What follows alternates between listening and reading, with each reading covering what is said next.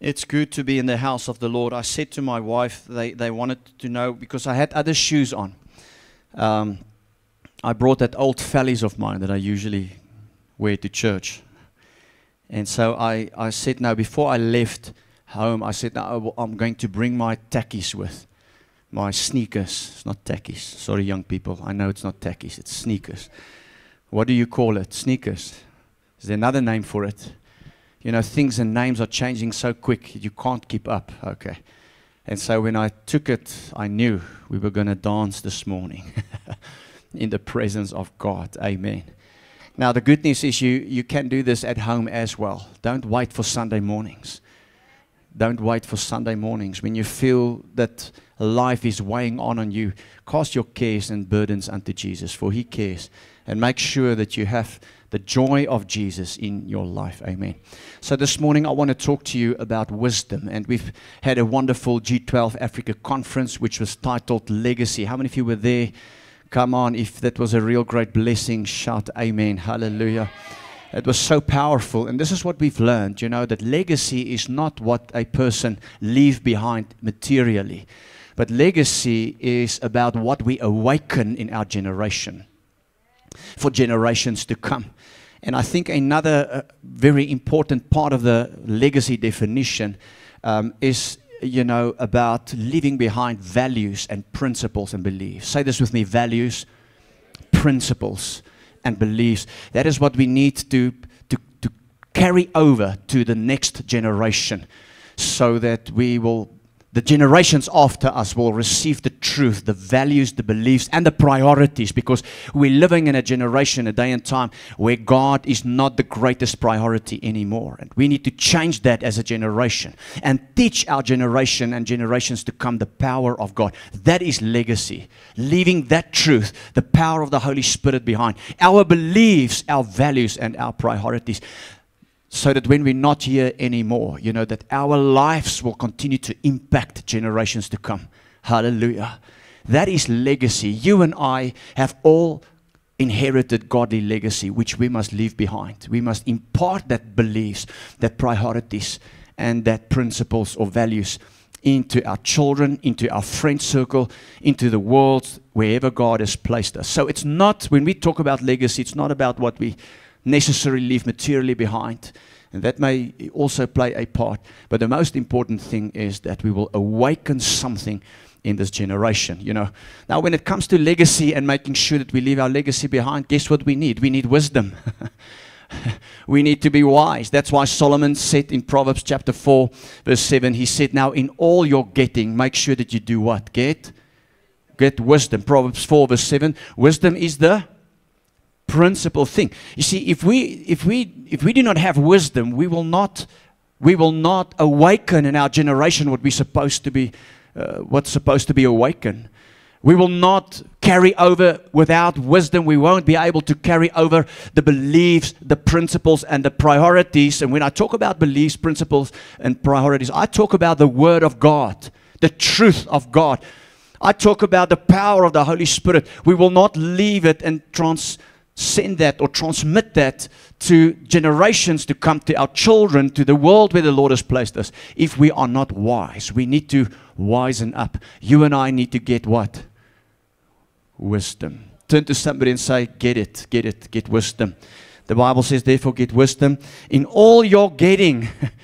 You know, because the world is all about getting many things. But Solomon here says, in all the getting, in all you trying to make your life, in all you trying to accumulate and living your life and doing and following your own dreams, he says, be careful. Make sure that in all you're getting, you get what? Wisdom, understanding. Hallelujah. So, say this with me, I must be a wise guy. So my question is, are you a wise guy? Now you can, you know, when you hear the word wise guy, it has a negative connotation or connection, or we think about people who are opinionated and full of themselves. But I want to show you that God wants us to be wise this morning, and just share 3 short principles of how we can get wisdom. This morning is all about how you and I can get wisdom to be a people of legacy, to be a people of God, fulfilling their God-given purpose, a fearing generation, a respecting generation, glorifying God through our lives, and leaving behind in this world when we're no longer here. That is if Jesus does not come, and we believe He's our soon coming King. But in the meantime, we need to be wise, and we need to make sure that we carry over the principles, the beliefs, and the values, and awaken in our generation what we need to awake. So I want to go back to Solomon just for a quick moment. Can you remember that Solomon asked for wisdom? In thousands of places he offered. And he said, Lord, I need more wisdom. And there's this wonderful story that illustrates wisdom. And the only reason I'm sharing this story quickly with you is so that I want to awaken in you a desire to get wisdom. The purpose this morning is that when we walk out of here, that we will really have a desire to be a wise guy or a wise woman so that we can glorify God and fulfill our purpose in this world and live a full life, experiencing everything that God has in store for us. So this story is about the two women, sinful women, prostitutes, I may add, in 1 Kings chapter 3, I think from verse 16, who they were prostitutes, but both of them had babies close to one another. And so the word of God said then sometime later, two prostitutes came to the king and to have an argument settled. How many of you have had to settle arguments this week? Can I see? So, you know, we all have to settle arguments from time to time. If you live with teenagers in your house, and it's a sad thing, my teenagers are not in church. They're probably giving Sunday school, but they should have heard the sermon. You know, you quickly learn how to deal with arguments. And, you know, and how many of you understand that we need wisdom to settle arguments? Now, this wasn't just any argument. It was two women who had babies close to one another, two sinful women. So babies out of wedlock. And so one night, this one prostitute was sleeping, and she turned over onto her baby, and she suffocated her baby, and her baby died. She woke up to find that her baby was dead, and she thought in her heart, I will go and swap the dead baby for the baby that's alive. And she went to the other woman. The other woman woke up the next morning to only to find that my child is dead. But when she looked closer at the baby, she realized, but okay, this is not my child. A mother knows, amen. It's like when I see babies, they all look alike, but the mother knows. A mother, even as a father, when I looked at my baby, you know, when I saw my babies for the first time, nobody would have told me it's not my baby. A father knows, a mother knows, amen. And she realized, this is not my child, this is not my baby. And I believe they went to the judicial system, you know, to get a ruling. I believe she started to cry out to the legal authorities and said what this woman had done. I believe she understood that this woman swapped babies during the night. And she dragged it to courts maybe. But we find that the court and the judicial system of the day couldn't provide answer. There was no wisdom to rule in this matter. They needed wisdom. And look at this. Lo and behold, the story comes before the man who is synonymous with wisdom, King Solomon. And you know, this is amazing. Two sinful people, all of a sudden they find themselves in the presence of the king. Isn't that powerful? It shows me that God is for sinners. He will take and receive and hear anyone who comes to him. Isn't it powerful? Even sinful people, here comes in the presence of the king. I mean, King Solomon could have just said, I'm not going to deal with sinful prostitutes. Aren't we like that sometimes? You know, we say, well, I'm not going to deal with this. I'm not going to get my hands dirty in this situation. But here we see that the king of Israel, he receives this case. And he says, let me get the facts straight. What does wisdom do? Wisdom is well informed, nah? Getting the facts. And he says, let me get the facts straight here. And he hears the stories of both the women. So who's right, who's wrong? It's your word against my word. There's an argument. Have you ever heard that? Your word against my word. There's an argument going on here. And he says, okay, I will do this. Bring the sword. Bring a big sword. Bring the sword that had slain many, perhaps. And they brought a sword. And then he commanded, I believe, his helpers, you know, to go and to chop this baby in half. To cut through this baby. Well, he said to them, he commanded them, cut the baby in half. The moment he did that, the real mother, amen, she cried out and said, no, it's okay. Let the other woman have the baby. The other woman said, no, it's okay. Chop it in half. If you can't have the baby, if I can't have the baby, you can't have the baby. It's okay. And that's how the king knew. That is wisdom. And the principle about this is when I look at how Solomon handled the situation, I see it's actually if God is involved in that case himself. I see Solomon acted exactly as if God would have acted.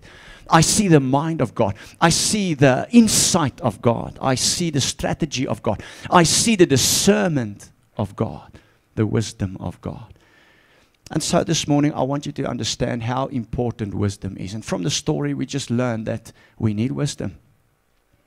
And we need to be used by God like King Solomon was used by God. God would use you to bring wisdom into a situation, to settle arguments.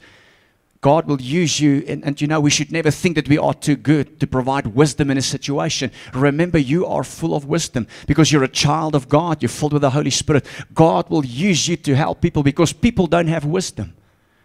They need the light. They need illumination. God will use you and I. And we must never think that we are too good to bring wisdom into a situation. We must never think, I'm not going to try to help here. We must always try when God opens the door to bring wisdom in a situation. I think what's important about this story is also the fact that we need wisdom in everyday situations. If we are not going to apply wisdom even in small matters like a small argument, we will make a mess of it. Say this with me, I need wisdom even in the smallest matter. How many of us will agree this morning that we need wisdom in our arguments? Come on, somebody. There was a little argument. You didn't apply wisdom there. You thought you could figure this out by yourself, You took matters into your own hands. You think, I can break this down. I can win this argument. Only to get in trouble and to make a mess of it. Amen. How many of you say, yes, I've made a mess of many arguments? May I just remind you, sometimes those arguments escalate and it turns into shouting. How many of you have ever shouted? Now, don't put up your hand. Oh, you have hope. Okay, but... So you need wisdom in small matters. Say with me, I must get wisdom. I must wise up. It's time to wise up, even in the smallest of matters in everyday living. We need wisdom, and the wisdom we have, we must share with the world around us. That is how we impart beliefs, priorities, values into people. That's how we bring the light of God. That's legacy, church. That is legacy. So I believe from this short illustration from King Solomon, I don't want to spend too much time on it. I just wanted to start as an introduction to show you that you need wisdom. We cannot, and that's why Solomon himself then said, the principal thing is wisdom. And we've been through such a powerful conference. And as I was sitting there, I realized, and as a matter of fact, some of the speakers even said that wisdom and getting understanding is a fundamental of legacy. I just realized that we should yearn for wisdom in this world, to be wise. Without wisdom, we will not live God-glorifying lives. Without wisdom, we will not be able to help people, to love people, to bring people to Jesus. Amen. We need wisdom. Wisdom is the principal thing. Therefore, in all you're getting, get wisdom. So you can go and read the rest of the story, 1 Kings chapter 3 from verse 16 to 28. I must just say one thing before I tell you how to get wisdom, about wisdom, and that is that you will see people of wisdom. They increase. Where there's wisdom, there's a good reputation. Where there's wisdom and a good reputation, doors are opening. How many of you need open doors? How many of you need opportunities in your life? Opportunities for the gospel, opportunities for business, opportunities. Your fame will spread through godly wisdom. It doesn't come by anything else but by wisdom. And look at this. I might just read this from 1 Kings chapter 3 verse 28. The word of God says, all of Israel heard the king's decision. When they heard it, the people were in awe. Hallelujah. So we don't want people to be in awe of us for our own fame. But when people are in awe of us, that speaks of trust, which means now we can invest principles, priorities, beliefs. We can invest legacy. Hallelujah. We can awaken in the hearts of people the things of God. You see, but without wisdom, and you know, church, I must just say this, I think many Christians today are unwise, even if I may say foolish. I think too little Christians today yearn for wisdom. We don't speak about wisdom enough. We mention it, oh God, give me wisdom. But we really need to make sure that we wisen up. The message this morning, once again, is, and last week we've heard a beautiful message about what wisdom really is. And I believe from that you can understand the importance of it. But the message this morning is just, it's time to wise up, so that you will increase not just in wisdom, but in stature, reputation, and what else? Favor. You see, Jesus of Nazareth increased in Luke 2 verse 52 in wisdom. Then what follows? Stature, reputation, and then what increases? Favor. I declare over you this morning that in 2025 you will increase in wisdom and stature and favor. Doors will open, opportunities will come as you will impart beliefs, principles, priorities, the word of people, of God into people's lives. Hallelujah. And that will excel into whatever you do in business, obviously. And whatever we do in our marriages, we need wisdom for being married. Hallelujah. We need wisdom to raise our kids. You see, this theme of legacy is centered on the principle of get it, get it, get it. Without wisdom, we leave no legacy of any value. May leave material stuff, but how many of you, to God belongs all the gold, all the silver, hallelujah, to all the cattle on 1,000 valleys of, you know. So God can give material stuff anyway. What we need is wisdom. That's legacy, hallelujah. Say this with me, I need to wisen up. I must get wisdom. How many of you will agree with me this morning we can all do with more wisdom? Come on, just wave at me. If that is you, I'm glad to see that some people have all the wisdom. So let's get it. Let's get it. Young people, I want you to pay attention to these three things I'm going to share with you, because that's how you get wisdom. It's so imperative for our generation, our young generation, and our current generation, and generations in front of us, that we all need to wisen up. We all need to get wisdom. Hallelujah. How do we get it? Solomon said, get it. Here's three ways in which we can get wisdom. Number one, we need to be full of the Holy Spirit. You know, this is such an undervalued, underestimated principle. If we can just go to the next slide, please. Daniel 5 verse 14 says the following, says, I've heard about you, that you're full of that you've got a brilliant mind and are incredibly wise. How many of you wants to have a brilliant mind? You see, because wisdom doesn't mean that you have a high IQ. Hallelujah. But a person with godly wisdom, not earthly wisdom, will go much further than a person, you know, who's got godly wisdom, than a person with a high IQ. Now, what if you have a high IQ and godly wisdom? Hallelujah. So I'm not downplaying a high IQ. Thank God for scientists, doctors, engineers, you know, people with high intellect. We thank God for them. And sorry if I haven't mentioned your profession, hallelujah, because I know there are many more. But what if you are a person of high IQ, but you've got godly wisdom? I'm telling you, the world's going to shake, hallelujah. You will do things that no man were able to do, but you need to be full of the Holy Spirit. Can you see that being wise is connected to being full of the Holy Spirit?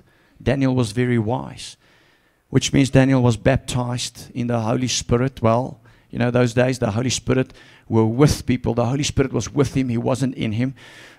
So he wasn't baptized in a Pentecostal sense, but you can see that Daniel was full of the Holy Spirit. The Bible says he was full of the Holy Spirit. The Holy Spirit rested on Daniel. He didn't have the Pentecost experience. How much more should we not be filled with the Pentecost experience? Can I ask you this morning, have you been baptized in the Holy Spirit? You see, because some Christians today are not wise because they're not baptized. God gave us the gift of the Holy Spirit, which means you need to be baptized in the Holy Spirit.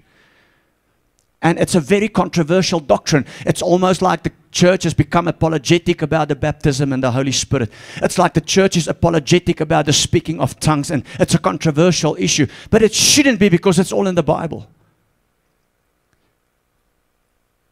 So my question is, have you been baptized with the Holy Spirit? You know, when we talk about the Holy Spirit must take His rightful place in your life, it means that you are baptized with the Holy Spirit. Can I just say this? Don't tell me, don't worry. I'm not saying that the Holy Spirit is not with you. How many of you are Christians? Which means the Holy Spirit is... Okay, some of you are not Christians. Don't worry. I'm going to make an altar call in a few minutes. Okay. How many of you are Christians?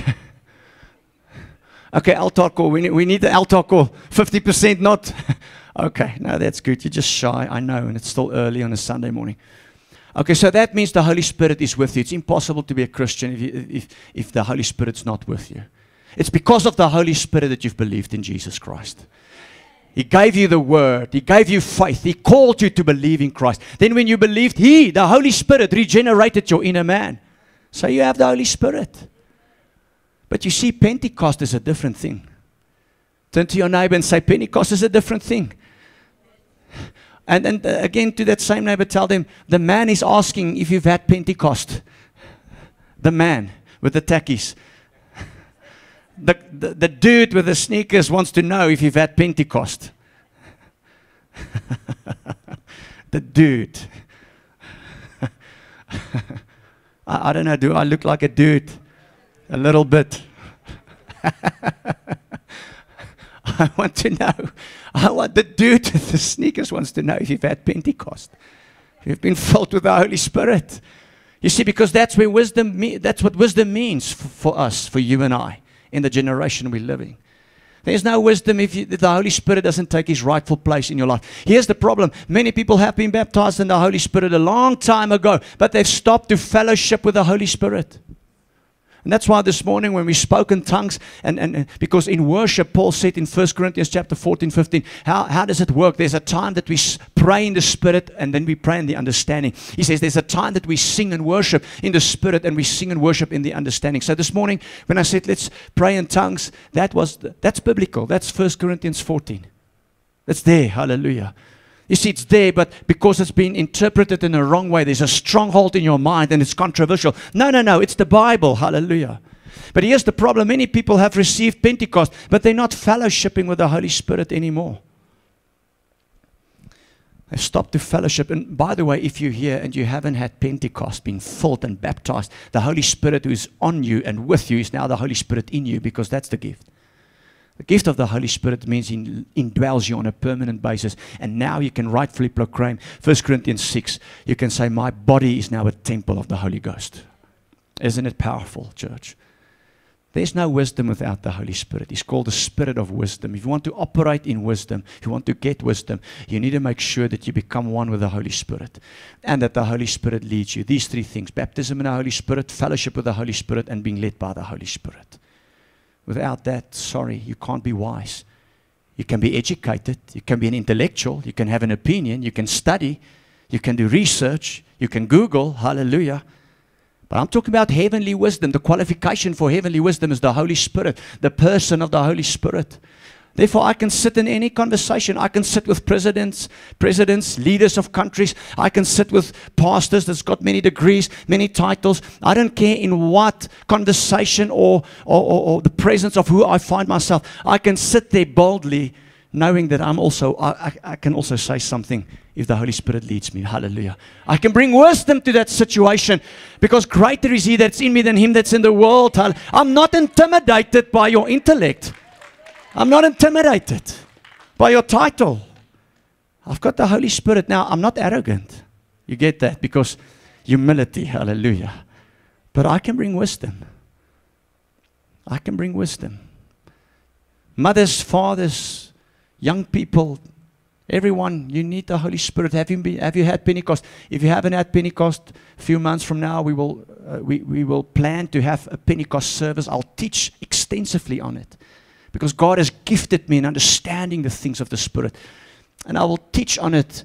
And maybe this is a time to say it. I'm almost finished with my book on the Holy Spirit. It's called His Rightful Place. Hallelujah. So it will be published this year sometime. I don't know why. I've just said it. So by the grace of God, I'll become a published author in 2025. Hallelujah.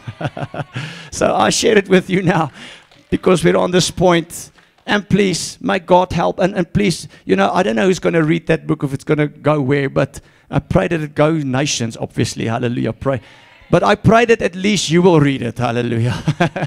Look at your neighbor, tell them, okay, we will buy it and read it. You're not going to get it for free, by the way.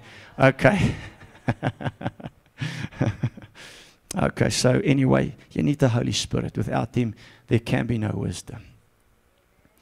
Hallelujah, church. Why is it so weird?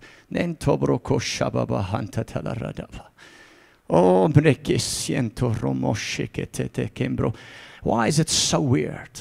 The supernatural is supposed to be weird. It cannot be not weird. I write a whole thing about the weird element in that book so that you can go and explain to people that even though it's weird, it's fine. It's that kind of book. Hallelujah. It's very practical. I think it can really help. Why is it so weird? No wisdom. Say with me, no Holy Spirit, no wisdom. Have you been baptized in the Holy Spirit? Not is the Holy Spirit with you. Yes, of course He's with you. You're a Christian. He did your regeneration. He was involved in the rebirth. He was involved pointing you to Christ when you hear the gospel. Of course He's with you. No arguments there. I'm asking if you had Pentecost. Because without Pentecost, we're not going anywhere. Because Pentecost is dunamis, it's power. You shall receive dunamis when the Spirit of God comes up. You know why so many Christians will never grow and increase spiritually? Is because they still do not know the Holy Spirit. Even Christians have been filled with Pentecost. They've stopped to fellowship with the Holy Spirit. They stopped to being guided and led by the Holy Spirit. Because you can be filled with the Holy Spirit and not be led by Him. You can speak in tongues every morning, and then from there on you do your own thing, and you never check in with God again. Which means you're not led. Which means there's no what? No wisdom. Now you make a mess of things. Tomorrow you pray again. Hallelujah. You speak a little in tongues.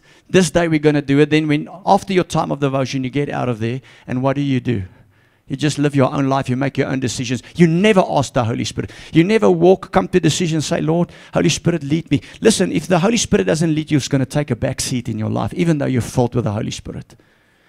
And the Lord is saying this morning to many of my children, the Holy Spirit has taken a back seat in their lives. Who leads, you or God? Who's leading? Is it you leading God? God's not going to follow you. Hello, somebody. Now you want to know why you make a mess of things, but you've said things, you've planned things, you've done things, you've never consulted the Holy Spirit, even though you're filled with the Holy Spirit. You remember Paul said, he said it so beautifully. He said, and the love of God be with you, and the grace of Jesus Christ, and the fellowship. The Amplified or the Message, either one of those two says, intimate friendship with the Holy Spirit. The Holy Spirit is a person. And He's key to purposeful, victorious Christian living. We will not leave legacies unless we do not understand the person of the Holy Spirit. We will not leave any legacy without being led by the Holy Spirit on a daily basis. We will make a mess of stuff, church. So in all you're getting, get what? Wisdom. How do you get wisdom? First and foremost, you need to get to the Holy Spirit. And I know we're a Pentecostal church, and I know you see some people praying in tongues here, but I just feel in my heart you don't know the Holy Spirit. And I believe that's the reason why God wanted me to author the book that I have. I believe in the body of Christ we've moved beyond the Holy Spirit because we think we know Him. But your average Christian cannot even describe Him as a person in the Godhead. Get back to the Holy Spirit. And I've made it my life's message now to help this group of people in our church. And if you help me, we will help more. Hallelujah. I believe there are denominations that needs to hear this message that has neglected. They acknowledge the Holy Spirit, but they've neglected Him grossly. And those churches are in trouble. But if they will receive Him, God will heal even those denominations. So it's a great message. So we need the Holy Spirit. Secondly, you need to have a life of devotion. So how do you get wise? You pray. You study the Word.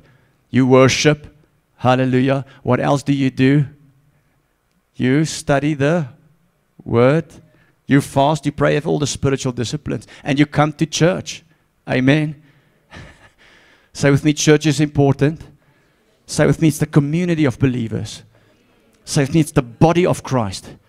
Say with me, if I want to see Christ, I look at the gathering of those who were called out of darkness into the light. I've just quoted, by the way, the word ecclesia. Ecclesia in the Greek means the gathering of those who were called out of darkness into the light. So you can never from the DNA of the church separate its gathering. And that's why the author of the book of Hebrews says, do not neglect the church. And then we want to contextualize this and bring in historic context, and we want to interpret it.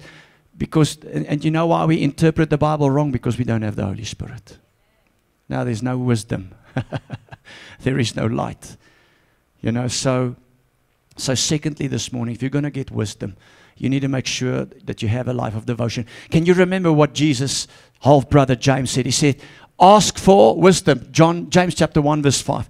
He said the following, he says, if you need wisdom, ask our generous God and He will give it to you. But here's the thing that we do not understand. Asking is not praying for it here this morning and go home and think we're going to be wise. That's not how you get wise, by asking for it once. It's a lifestyle of devotion. Bump your neighbor and say, it's a lifestyle of devotion. Now I want to ask you, and don't ask your neighbor, I'm asking you.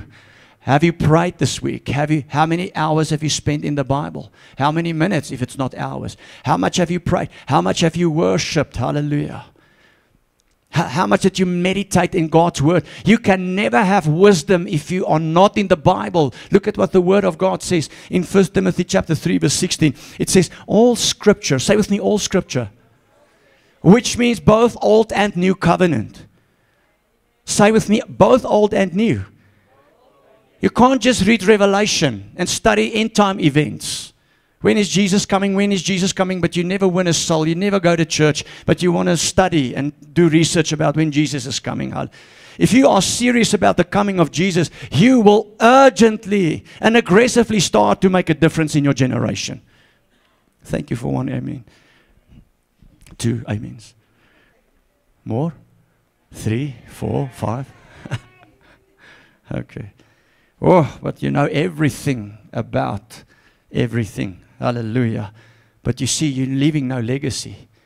Knowledge will pass. Go read 1 Corinthians chapter 13. The only thing that remains is love and the truth of God.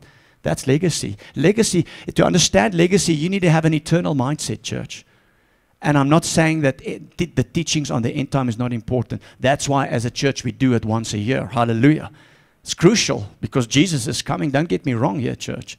So look at this, 1 Timothy chapter 3:16. All scripture is inspired by God. Say with me, all scripture.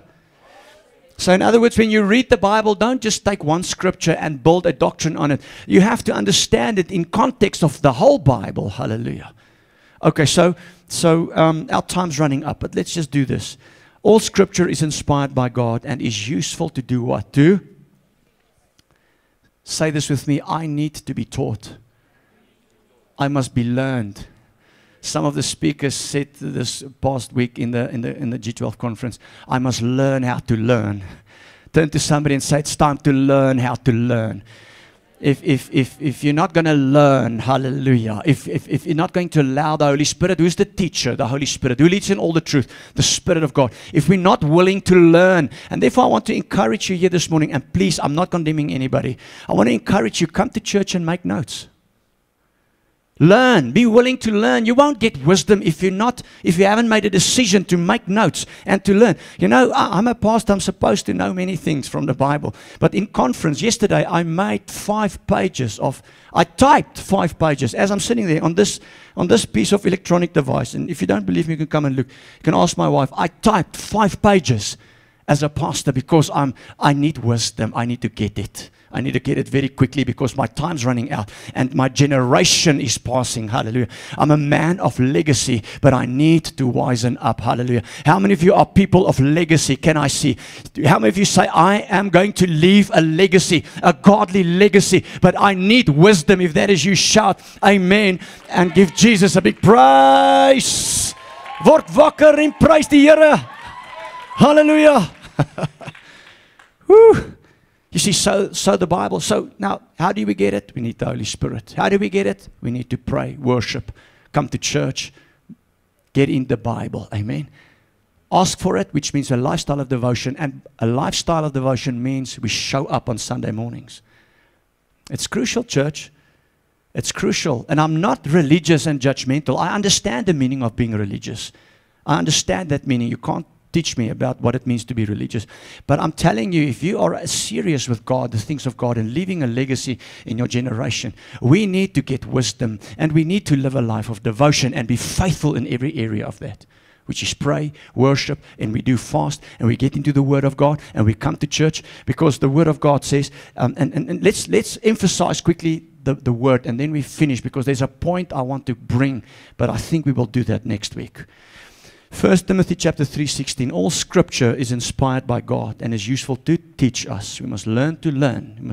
I pray this morning that the Spirit of God will put an unction in you, a desire in you to want to learn more than ever. We're not going anywhere if we don't learn. It's not good enough for you to hear me preach once a week. But you have to hear that, hallelujah. But you need to get into the Bible from tomorrow morning, even from tonight. Study it. Listen, church, the Holy Spirit will teach you when you read the Bible. There's no teaching taking place if you're not in front of the Bible and meditating on the Word of God. No teaching takes place. So all Scripture inspired by God is useful to teach us. What must teach you? The Holy Spirit and the Bible. Our generation, we get taught by social media. May God help us. And that is why we need to get wisdom quick. Hallelujah. Because the world wants to teach our children. The world wants to teach generations upcoming. The world wants to influence minds. And that's what I want to talk on next week. Paul had scales on his mind, strongholds in his mind. The Lord showed me people don't think right in our generation. We don't have time to get into that. Next week is going to be a blessing. And maybe let's announce it for next week. I'm going to preach a message here because God has spoken so clearly to me. But we needed this as an introduction here this morning. And I want you to we need to fill this place out now. Come on, church. We need to prioritize God. We need to go to our worlds. We need to bring to church the families that we know are without churches. Amen. The families that doesn't have a church, the families that's not going anywhere. And even those who are called and bound by religion. We need to get people out of that. Or else we will see a generation dying without faith and knowing the power of God. So who are you going to invite next week for a powerful sermon on the strongholds of the mind? Amen. Just think about that. Okay. All right. Hopefully we will have more taxis. Hopefully we will fill out this place next week. But let's conclude here. 1 Timothy 3:16. I'm going to try to finish it now. It says so. Now look at this. He says, so the Holy Spirit comes. God, when we study the Word of God, the Holy Spirit comes. He teaches us the Word of God, what's true. So what does the Word teaches us? What is? And to make us what? Realize what? What is wrong in our lives. I don't know what's wrong. I don't know what's wrong. Pastor, I don't know. I don't know what's wrong. I tried, I pray. Yeah, you see, you try, but you're not in the Word of God. You don't meditate it. The Bible will teach you what's wrong in your life. Because when you read it, the Holy Spirit illuminates it. And all of a sudden you say, I get it. I get it. This is where I go wrong. This is why I am where I am. It's about time we take responsibility for our lives, church, and where we are. And not blame it on the devil. You know, we must be very careful. That's exactly the kind of truth we do not want to leave as a legacy. Just blame everything on the devil, which means we're not going to take responsibility. Everything is the devil's fault. No, the devil has been conquered more than 2,000 years ago, my friend. Hallelujah.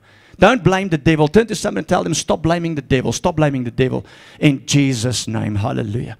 Jesus defeated the devil more than 2,000 years on the cross. When he died and he shed his precious blood on the cross. Hallelujah. We will overcome by the blood of the Lamb and the word that teaches us. The word that teaches us of our testimony in Jesus' name. What's wrong, Pastor? Pray. No, stop praying now. You go to... Ek bid nou nie meer nie. Vir jou nie. No, I'm joking. I must pray. God will work when I pray. But you have a part to play. I can't do what you're supposed to do. Let me just say it differently. Somebody goes like this, Pastor. What's wrong? I don't know. This is wrong, this is wrong. I can counsel, I can help. And yes, the Holy Spirit uses me to bring wisdom to your situation. That's part of being a shepherd. Amen.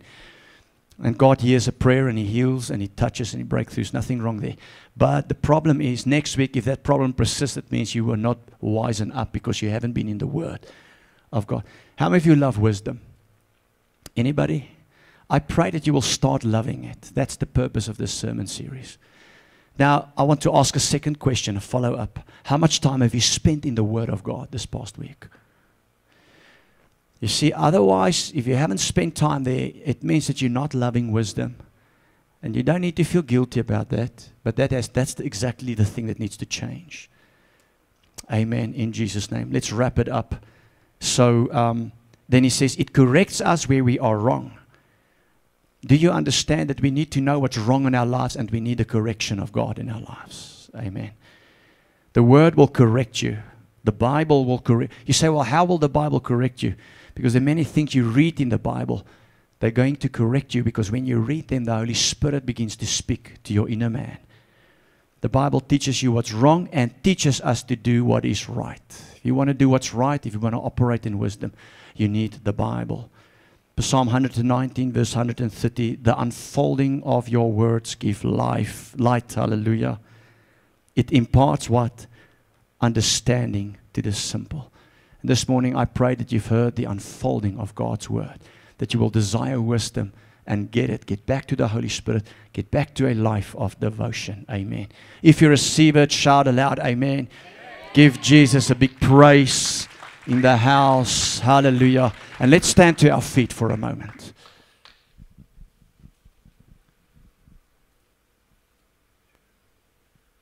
So right there where you are, I just want you to say, Lord, I need wisdom. I need wisdom. And you just do a prayer. I need wisdom with my marriage, with my family. I need wisdom. I want to be a person of legacy, Lord, but I'm not serious maybe enough with the Holy Spirit and with my life of devotion. Solomon brought wisdom. Lord, use me. How many of you will say, use me to bring wisdom into situations? Not just in my own life, but Lord, you can use me as an instrument to bring wisdom and light, because with wisdom comes life and light to people. God wants to use you as an instrument to bring light to people's lives. Use you. You say, well, I can't. But you see, God's going to give you the wisdom to bring light, to bring life. Solomon brought wisdom to two people seemingly of no worth, two sinful prostitutes people. They weren't even supposed to have those babies, but he said, no, I will get involved. You see, because when we have wisdom, we can get involved in the worst of situations, and God can bring light there and life there and deliver there and restore there. We need to be a generation of wisdom. May you cry out for it. Church, I want to just say what I believe the Spirit of the Lord says. Many of us are in trouble because we do not know what's wrong with us, and that's why we have not yearned for wisdom. We've played the blame game. There are people here, you always blame somebody else for your troubles, for your life, for your issues. And I'm here this morning to tell you it's time to get wisdom. You need to get back to the Holy Spirit. You need to get back to your life of devotion. My friend, we love you. We will pray for you. We will support you. But there's just certain things that spiritual leadership can't do for you. You have to love the Word. Just pray this. Say, Lord, this morning I pray, give me wisdom. Holy Spirit, I'm sorry if I've grieved you, if I've quenched you, if I've silenced you. I don't want you to take a back seat in my life. Come lead me again. Come take your rightful place in my life. I desire you. I desire to know you more. I want you for a moment, just pray to the Holy Spirit. Ask Him to be welcomed in your life. Say sorry where you've grieved Him, where you have led Him, where you have disobeyed Him, where you've quenched Him. You know, You know you can be baptized in the Holy Spirit, but grieve Him and quench Him. And therefore wisdom stopped. Illumination stopped. Hallelujah. The best of God's children can lose it when we neglect the person of the Holy Spirit in our lives. Just invite Him back for a moment. Oh, Hembro Shebreke Setabahanto. Kembro Koshimbregi Satatabra Moshaba Baba Hantatara.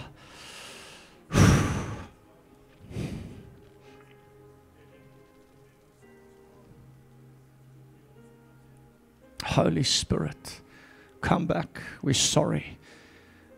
We're sorry, we're sorry, we're sorry, Holy Spirit. In Jesus' name. And now let's get back. James said, ask for wisdom. That means a lifestyle of devotion. How's your devotion? Won't you just pledge to the Lord this morning? And I'm not saying make promises to God, but won't you just ask Him and say, Lord, I'm sorry for neglecting your word. I'm sorry, Lord, I've neglected your word. I'm sorry, I'm so sorry. I don't read it. And we need to repent if we say, well, I just don't have the time. That's not an excuse, by the way. It's not an excuse, church. The excuses of our generation. Listen, we talk about legacy. We need to contest excuses in this generation, or the generations to come after us will have an excuse for everything. Hallelujah. They will excuse God out of schools. They will excuse God out of their lives. They will excuse God from every area and place of society. God will have no place. What's the legacy we're going to leave? The principles, the values, the beliefs. What are we going to awaken in our generation? But it starts with you and I to get back to our life of devotion. Come on, will you repent with me? I haven't read the Bible, Lord. I haven't prayed. I pray that God will restore your devotional rhythm in Jesus' name. That He give you the discipline, that He give you the yearning and the desire in Jesus' name here this morning. And now let's ask for wisdom. Lord, we've repented this morning. We pray, bring wisdom. Bring wisdom. Give us wisdom. We need wisdom. We need wisdom in Jesus' name. And God's people say, amen. If you're here in this place this morning, you want to give your life to Jesus. You want me to pray with you, quickly raise your hand. You want to come back to Jesus. If there's any person here this morning, just every eye closed, every head bowed. Just quickly want to fix things with Jesus this morning. Hallelujah. If you're uncertain, thank you. If there's more hands, thank you, thank you, thank you. One more time, thank you.